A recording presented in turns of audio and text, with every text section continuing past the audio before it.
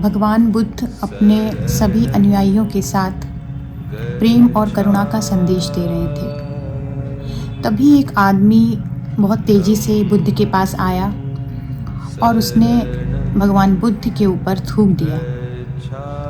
बुद्ध ने बड़े शांत चित्त से उस आदमी को देखा और फिर अपनी चादर से थूक को पोंछ लिया और आदमी से बोले कि कहो मित्र, तुम्हें कुछ और भी कहना है?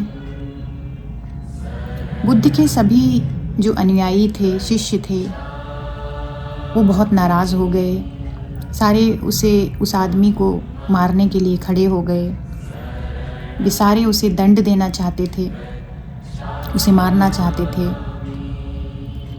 पर बुद्ध ने उन्हें रोक दिया और कहा कि इसने जो किया है वो क्षमा करने योग्य है, इसे माफ़ कर दो और इसे जाने दो।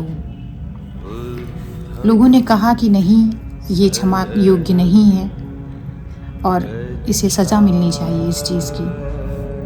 भगवान बुद्ध ने उस व्यक्ति को पढ़ लिया और कहा कि कभी कभी व्यक्ति को शब्द नहीं मिलते अपनी बात को कहने के लिए। प्रेम में भी ऐसा होता है और क्रोध में भी ऐसा होता है और घृणा में भी ऐसा होता है। तो इस व्यक्ति को मेरी कोई बात इतनी बुरी लगी है कि इसे शब्द ही नहीं मिले उस बात का विरोध करने के लिए। तो उसे जो उचित लगा उसने कर दिया, अब इसे जाने दो। सभी लोग बैठ गए बुद्ध की बात मानकर और वह आदमी वहाँ से चला गया। पर घर पहुंचकर वो आदमी बड़ा शर्मिंदा हुआ। अगले ही दिन आया और बुद्ध के चरणों पर गिर के रोने लगा और कहने लगा कि मुझे माफ़ कर दीजिए, मैंने बहुत बड़ा अपराध किया है। आप मुझसे इतने प्रेम से बात करते रहे, मेरा इतना बुरा बर्ताव आप सह गए और अब मैंने वो सारा प्रेम गंवा दिया।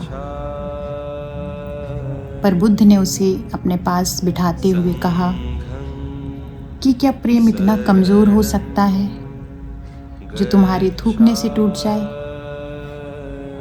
प्रेम करना तो मेरा स्वभाव हो गया है, क्योंकि मैं प्रेम ही हूँ।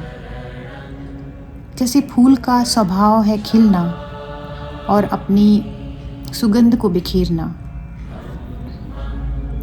उसके समीप कोई भी आए, उसे सींचने वाला माली आए या उसे तोड़ने वाला पुजारी आए, तब भी वो फूल उतनी ही खूबसूरती से महकेगा, उतनी ही खूबसूरती से खिलेगा, भले ही कोई उसे पानी देके सींचने के लिए आया था या उसे तोड़ देने के लिए आया था। उससे उस फूल का कोई लेना देना नहीं है।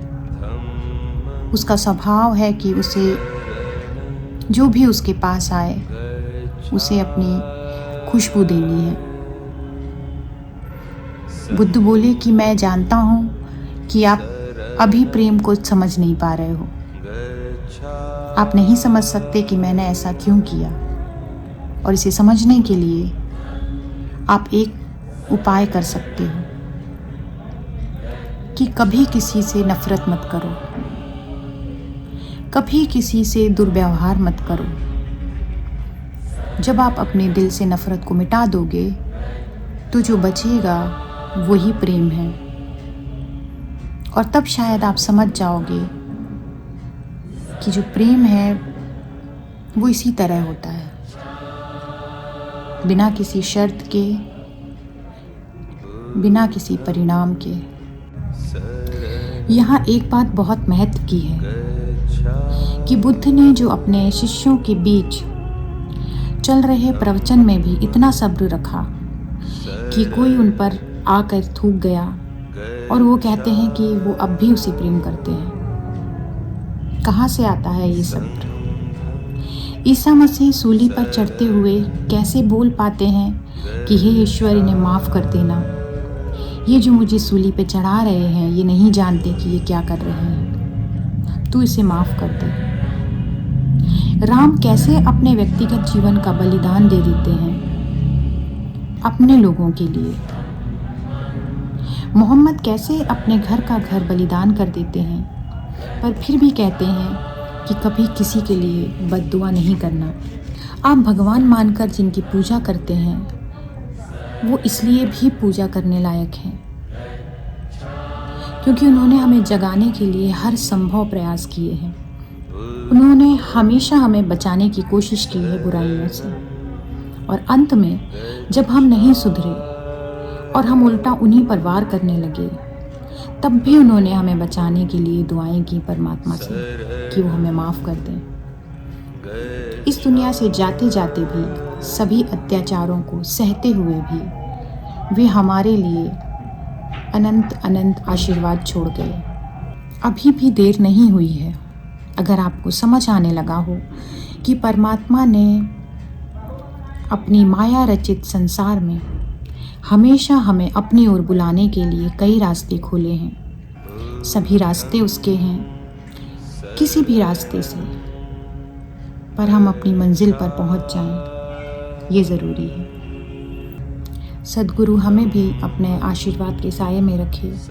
इसी दुआ के साथ बने रहिए मेरे साथ। शरणं गच्छामि।